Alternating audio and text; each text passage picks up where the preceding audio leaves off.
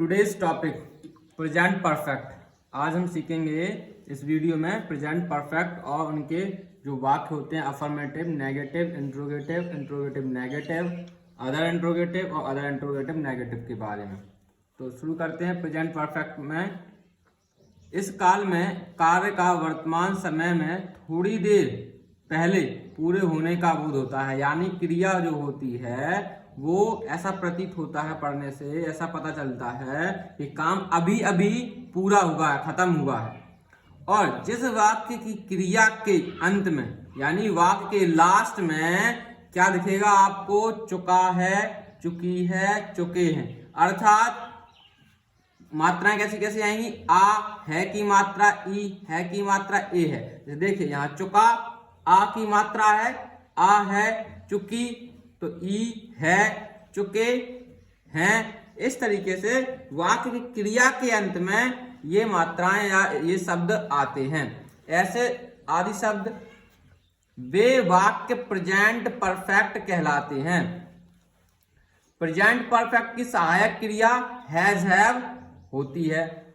हर tense की अलग अलग हेल्पिंग वर्ब होती हैं। जैसे हम प्रेजेंट परफेक्ट पढ़ रहे हैं तो हैज, हैव होगी। हमने इससे पहले प्रेजेंट कंटिन्यूअस पढ़ा था तो उसकी सहायक क्रिया यानी हेल्पिंग वर्ब अलग थी, is, are, am. Present indefinite का पढ़ा हमने तो उसमें थी डू, डज। उसी प्रकार से प्रेजेंट परफेक्ट में भी हेल्पिंग वर्ब हैज, हैव लगाएंगे। किसके अनुसार लगेगी भाई? सब्जेक्ट के अनुसार लगाते हैं हैज, हैव को। अगर सिंगुलर सब्जेक्ट होगा तो हैज लगेगा और प्लूरल सब्जेक्ट होगा तो हैव लगाते हैं। ठीक है। प्रेजेंट परफेक्ट में मुख्य क्रिया का तीसरा रूप लगाते हैं, अर्थात वर्ब की थर्ड फॉर्म का प्रयोग करते हैं। जैसे देखिए मैंने बताया भी था कि जैसे मान के चलिए B E A T, beat, ये है आपकी फर्स्ट फॉर्म। फिर third form beat, beat, beat और फिर सेकंड फॉर्म बीट और third form beaten, B E A T E N, beaten. तो ये वाली यूज होगी, ये होगी पास्ट इंडेफिनिट में, ये है परफेक्ट वाले में होगी थर्ड फॉर्म। जैसे देखिए ईट, ई ए टी, ईट, ये होगी first form. A E T, ate, A T E, ate और थर्ड फॉर्म होगी eaten, E A T E N, eaten. तो ये प्रयोग होगी। इस प्रकार से वर्ब की थर्ड फॉर्म का प्रयोग करेंगे प्रेजेंट परफेक्ट की मेन वर्ब में। ठीक है। देखिए अफर्मेटिव सेंटेंस पहला आता है। अफर्मेटिव सेंटेंस, अफर्मेटिव सेंटेंस कौन से होते हैं? साधारण वाक्य कहलाते हैं, जिसमें केवल ऐसा लगता है कि हमें किसी के बारे में बताया गया, इंफॉर्मेशन दी गई है। अब इसका नियम क्या है, रूल्स क्या है? प्रेजेंट परफेक्ट के अफर्मेटिव सेंटेंस का रूल्स क्या है?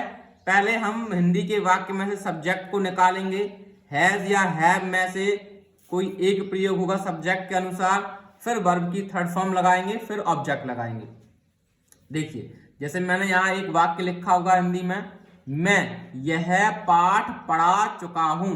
देखिए चुका हूं लास्ट में लगा है कि नहीं? तो ये सीधा सीधा जैसे वाक्य के लास्ट में आपको दिखे चुका है, चुकी है, चुके हैं, तो तुरंत समझ जाना है कि प्रेजेंट परफेक्ट टेंस का सेंटेंस है।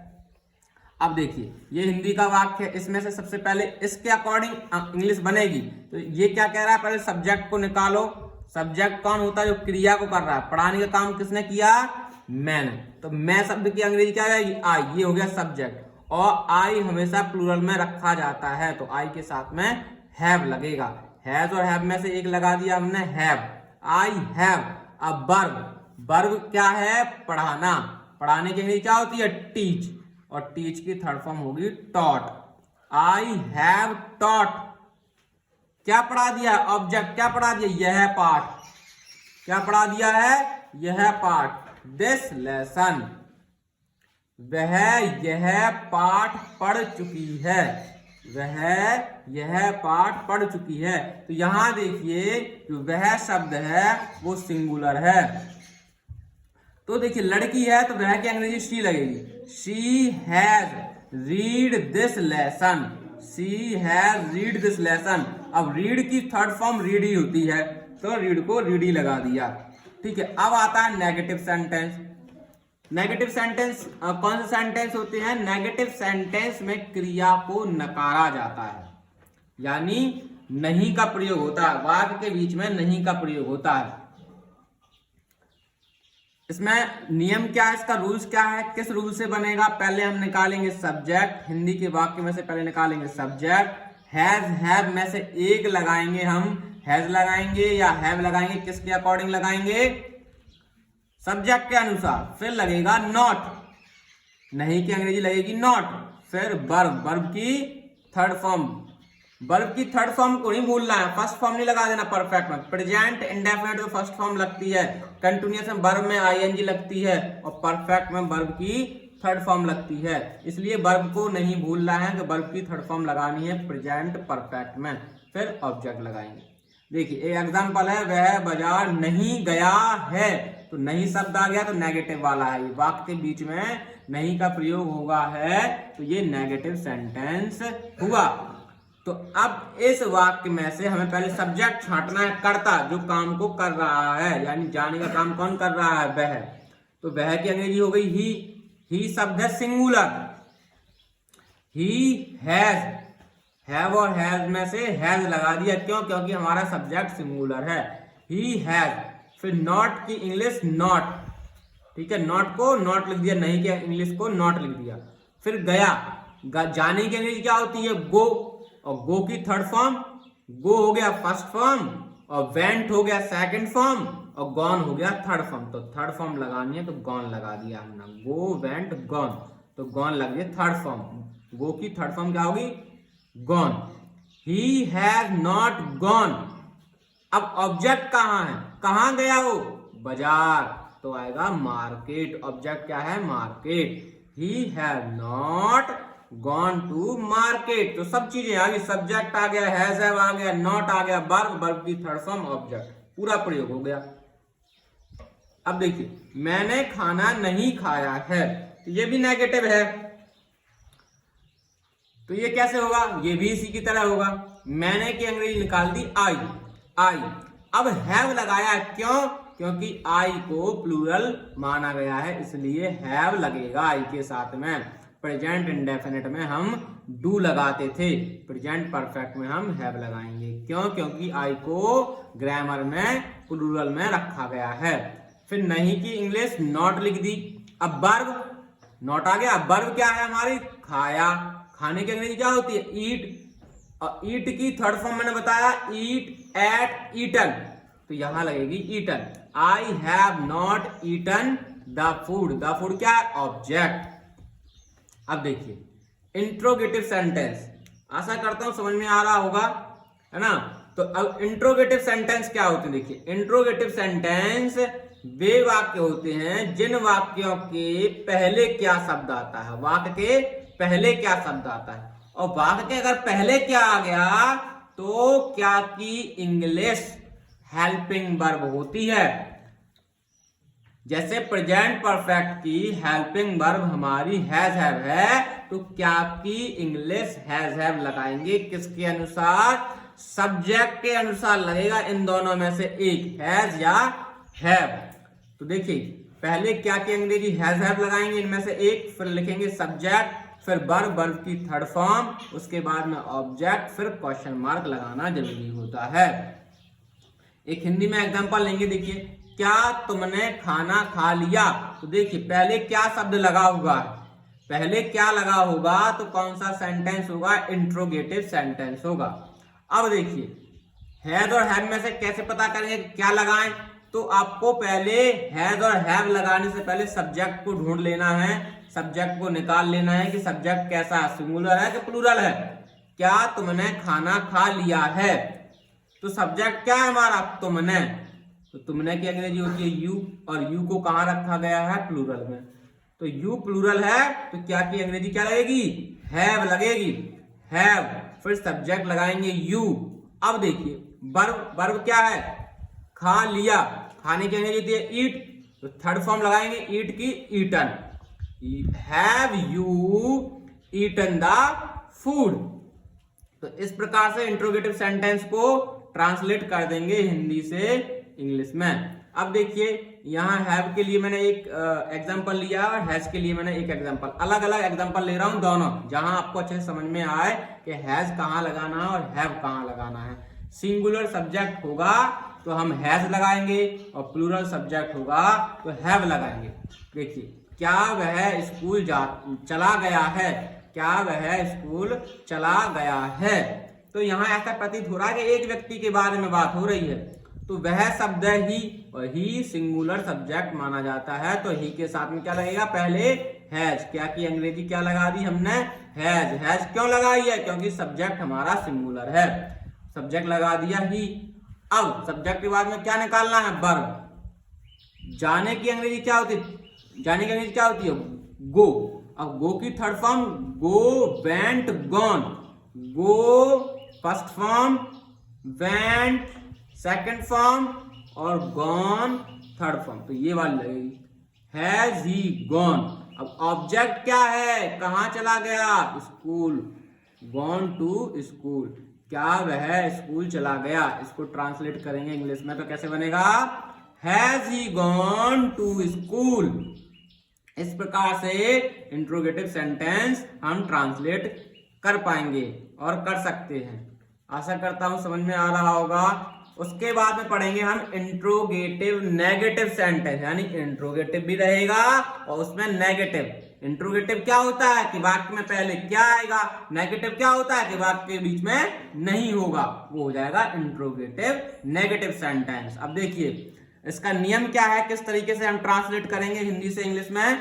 पहले हम हैज हैव लगाएंगे, क्या की अंग्रेजी हैज हैव लगाएंगे सब्जेक्ट के अनुसार, फिर सब्जेक्ट को लगाएंगे, फिर नॉट वर्ब की थर्ड फॉर्म, फिर ऑब्जेक्ट। इंट्रोगेटिव नेगेटिव सेंटेंस क्या होता है, पहले क्या शब्द आएगा और वाक्य के बीच में नहीं शब्द आएगा, तो वो हो जाएगा इंट्रोगेटिव नेगेटिव सेंटेंस। देखिए एक हिंदी में एग्जांपल दिया गया है, क्या तुमने खाना नहीं खाया है। तो देखिए पहले क्या लगा हुआ है और बीच में नहीं लगा हुआ है, इसलिए ये कौन सा सेंटेंस है, इंट्रोगेटिव नेगेटिव सेंटेंस है। और इंट्रोगेटिव नेगेटिव सेंटेंस के रूल्स के हिसाब से इसको ट्रांसलेट करेंगे।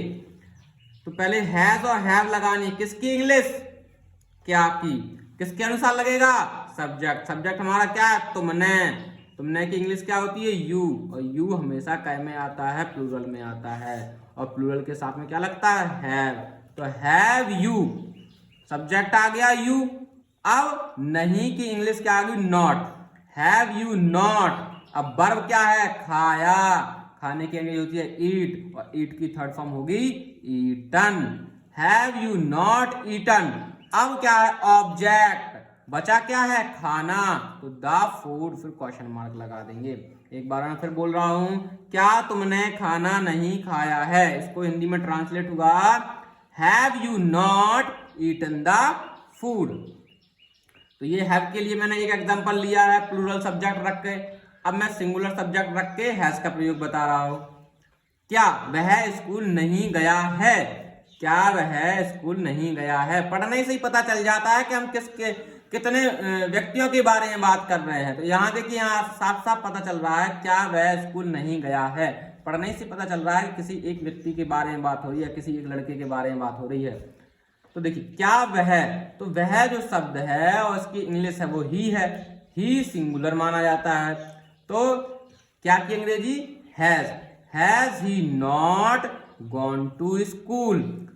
ये हेल्पिंग वर्ब लगा दी क्या की, फिर सब्जेक्ट, सब्जेक्ट के बाद में नॉट लगता है, नॉट के बाद में वर्ब, वर्ब की थर्ड फॉर्म गॉन हो गई, फिर ऑब्जेक्ट हो गया टू स्कूल। अब देखिए अभी तक हमने पढ़ा अफर्मेटिव, नेगेटिव, इंट्रोगेटिव और इंट्रोगेटिव नेगेटिव। अब देखिए other interrogative negative, other interrogative sentence कौन से होते हैं। अदर में क्या होता है, वाक्य के बीच में प्रश्नवाचक शब्द लिखे होते हैं, उसमें कोई बदलाव नहीं है, केवल क्या हो जाता है, जैसा इंट्रोगेटिव पढ़ा था हमने वैसे ही अदर इंट्रोगेटिव। अदर इंट्रोगेटिव और इंट्रोगेटिव में फर्क इतना है कि इंट्रोगेटिव में पहले क्या आता था, अदर इंट्रोगेटिव में प्रश्नवाचक शब्द हैं जो वो बीच में आएंगे, क्यों, कब, क्या, कैसे, कितना, ये शब्द वाक्य के बीच में आते हैं।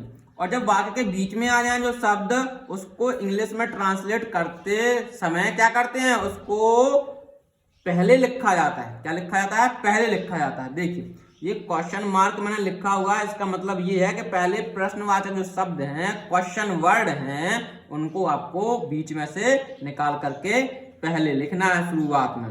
तो देखिए मैंने एक सेंटेंस वाक्य लिया हुआ है, तुमने उसे क्यों पीटा। तो क्यों शब्द क्या है? हमारा प्रश्नवाचक शब्द है। प्रश्नवाचक शब्द को हम पहले निकाल लेते हैं। ये नियम है, ये रूल्स है, अदर इंट्रोगेटिव सेंटेंस का रूल्स है कि पहले हम प्रश्नवाचक शब्द को पहले निकालेंगे बीच में से। तो क्यों शब्द को हम पहले निकालेंगे? तो क्योंकि इंग्लिश हो गई हमारी वाई। क्या हो गई? वाई। तो वाई लिख लिया है। अब हैज और हैव में से किसके अनुसार लगाएंगे? एक सब्जेक्ट के अनुसार। तो किसने पीटा? तुमने। तो वाई हैव, तुमने काय में आता है? प्लूरल में, तो इसलिए हमने हैव लगा दिया। Why have. अब सब्जेक्ट हमारा यू। वाई हैव यू पीटा। वर्ब क्या है? पीटा। पीटने के लिए होती है बीट, और बीट की थर्ड फॉर्म होगी beaten. Why have you beaten. Object किसको पीटा? उसे, तो लगाएंगे हिम और क्वेश्चन मार्क लगा देंगे। अब देखिए मैंने हैव के लिए मैं फिर बता रहा हूं, हैव के लिए मैं हमेशा प्लूरल सब्जेक्ट का प्रयोग कर रहा हूं, और हैज के लिए सिंगुलर सब्जेक्ट का प्रयोग कर रहा हूं, जिससे आपको अच्छे से समझ में आ जाए। सेकंड जो सेंटेंस लिया है, वाक्य लिया है, दूसरा वाक्य, सूरज कब निकला है। सूरज कब निकला है। तो देखिए ये प्रश्नवाचक शब्द है, क्वेश्चन वर्ड है, इसको इंग्लिश में ट्रांसलेट करते वक्त पहले लिखते हैं, इसकी इंग्लिश पहले लिखते हैं। तो कब की इंग्लिश लिख दी हमने? व्हेन। सब्जेक्ट हमारा क्या है? सूरज। एक सूरज के बारे में बात करी जा रही है, तो हैज। व्हेन हैज सब्जेक्ट हो गया हमारा सूरज। अब वर्ब क्या है? निकलना। निकलने की अंग्रेजी होती है राइज, और थर्ड फॉर्म होगी राइजन। अब इसमें हमारा क्या क्या निकल आया?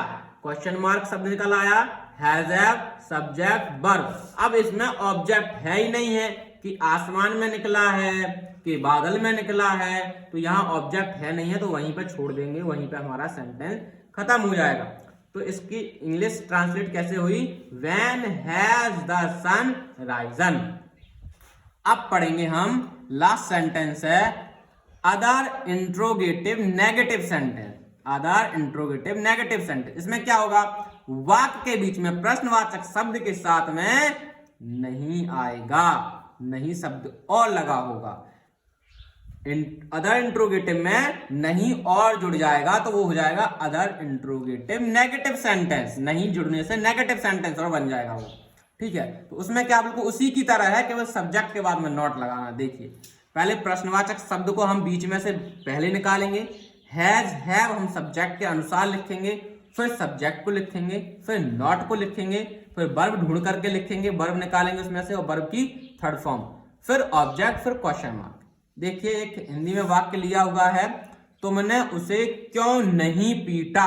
तो देखिए क्यों प्रश्नवाचक शब्द है और क्यों शब्द के साथ में नहीं भी लगा हुआ है, इसलिए ये क्या हो गया? अदर इंट्रोगेटिव नेगेटिव सेंटेंस हो गया। तो अगर पहले ये शब्द लिखना है हमें, पहले प्रश्नवाचक शब्द को कहाँ लिखना है? पहले, बीच में से निकाल करके पहले लिखना है इंग्लिश में ट्रांसलेट करते वक्त।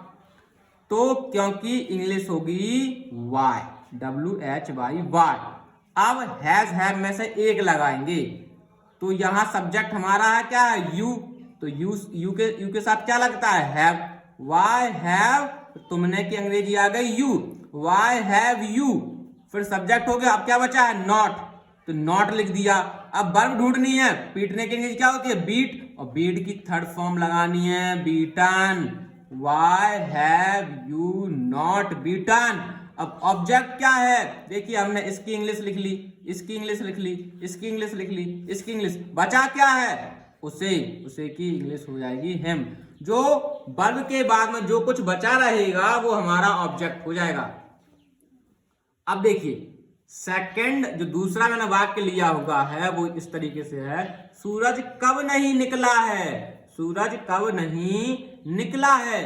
तो देखिए व्हेन, WHEN when कब की इंग्लिश है जो हमने पहले निकाल ली।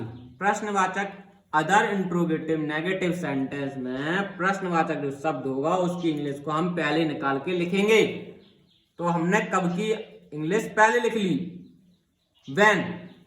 फिर हैज इसलिए लगा है क्योंकि अकेले एक सूरज के बारे में बात हो रही है, इसलिए हैज लगा है। when हैज सब्जेक्ट क्या है, the sun. when has the sun. अब सब्जेक्ट के बाद में क्या लगना है, नॉट, तो नॉट लगा देंगे, नहीं की इंग्लिश नॉट लगा देंगे। फिर वर्ब, वर्ब क्या है, निकला या उगा, उसकी अंग्रेजी होती है राइज, और राइज की थर्ड फॉर्म है राइजन। अब देखिए हमने इसकी अंग्रेजी लगा ली, इसकी अंग्रेजी लगा ली, इसकी अंग्रेजी लगा ली और इसकी भी लगा ली। अब ऐसा कोई इसमें शब्द नहीं बचा है जिसकी हमने अंग्रेजी नहीं लगाई हो, तो इसमें ऑब्जेक्ट है ही नहीं, तो ऑब्जेक्ट नहीं है तो वहीं का वहीं खत्म हो जाएगा हमारा सेंटेंस। सूरज कब नहीं निकला है, तो इसकी इंग्लिश ट्रांसलेट कैसे होगा, when has the sun not risen। आशा करता हूं कि प्रेजेंट परफेक्ट आपको अच्छे से समझ में आया होगा। प्लीज हमारे चैनल को सब्सक्राइब करें, मार्क्स कोचिंग चैनल को, और वीडियो को लाइक करें, शेयर करें।